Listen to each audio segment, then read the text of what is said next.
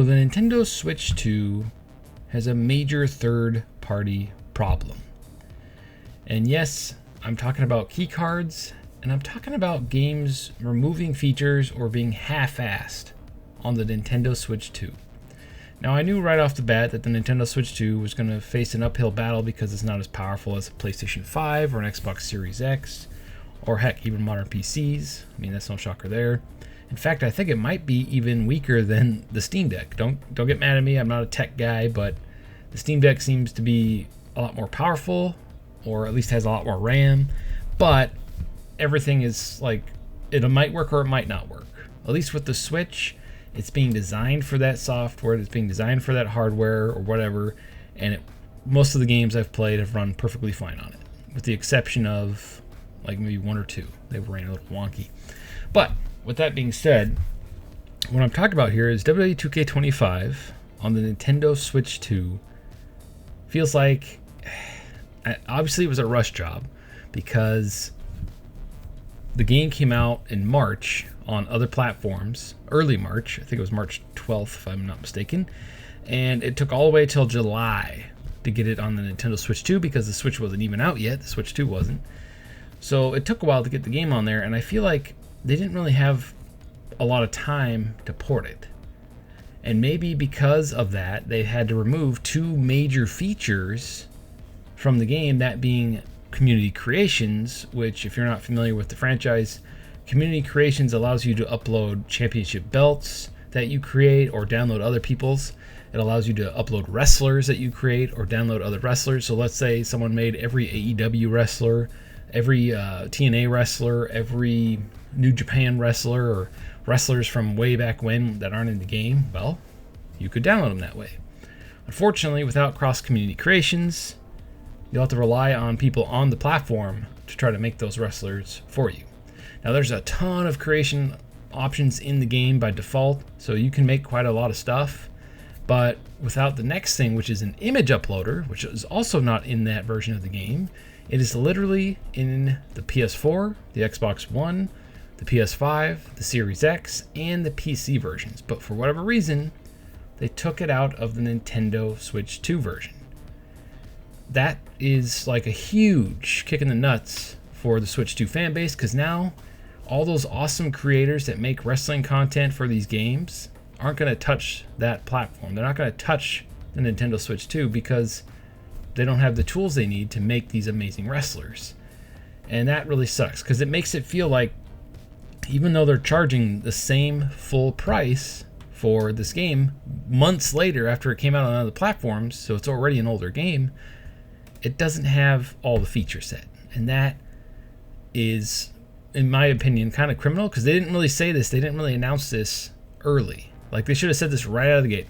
Hey, just so you guys know, we had to remove the image uploader and the cross-community creations to make the game function well. I mean, it runs and plays great. I'll give them that. It runs great, plays great. It's much, much better than 2K18. However, it's missing two major features. So let's say you don't care about creating stuff, but you still want to download wrestlers from other promotions, from other players. Well, your pool's going to be very limited. I looked at it this morning, and on the PlayStation 5, there's like, I want to say 30,000, maybe 50,000 pages of stuff to download. On the Nintendo Switch, there's less than 150 pages. That's insane. I mean, it's only been out for less than a month, but if it had the cross-community creations, it would have access to all those creations right from the start and make the version much, much more palatable. I could get all my wrestlers. I've made about 30 or 40 of them on the PlayStation 5 version.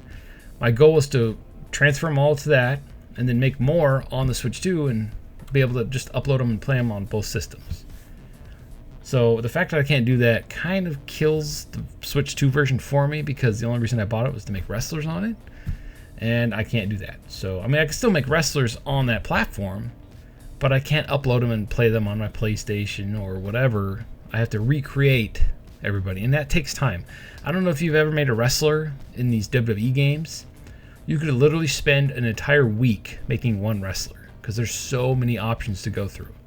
So, yeah. I spent like 200 hours on the PS5 version, and about 160 of those hours is just making wrestlers. The rest was barely playing the modes, because that's what I like to do. I like to make my wrestlers. So anyway, between that and I heard about Madden. I haven't played it. I don't really care about Madden franchise whatsoever. The last one I played was 2006. That's how long it's been since I've played a Madden game. I heard that runs and plays like crap on the Switch 2.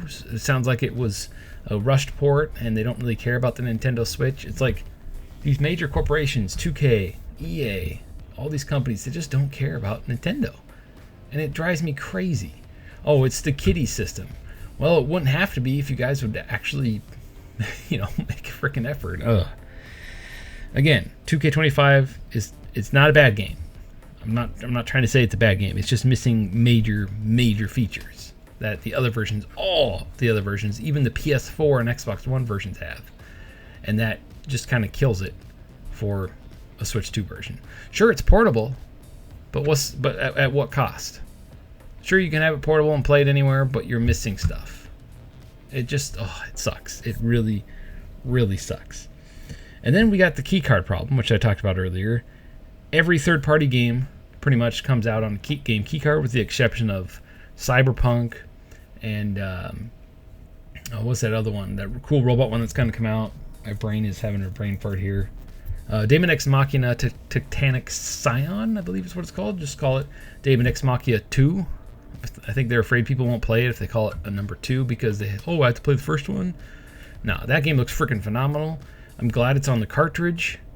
But with the way they're treating third-party games, I kind of want to buy it on PlayStation 5.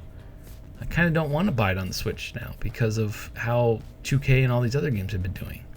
So I don't know about that. I might buy that game on the PlayStation 5, but I was going to cover it on the channel, but since this channel isn't really blowing up like I was hoping, I don't know. I might just buy it on my PlayStation 5.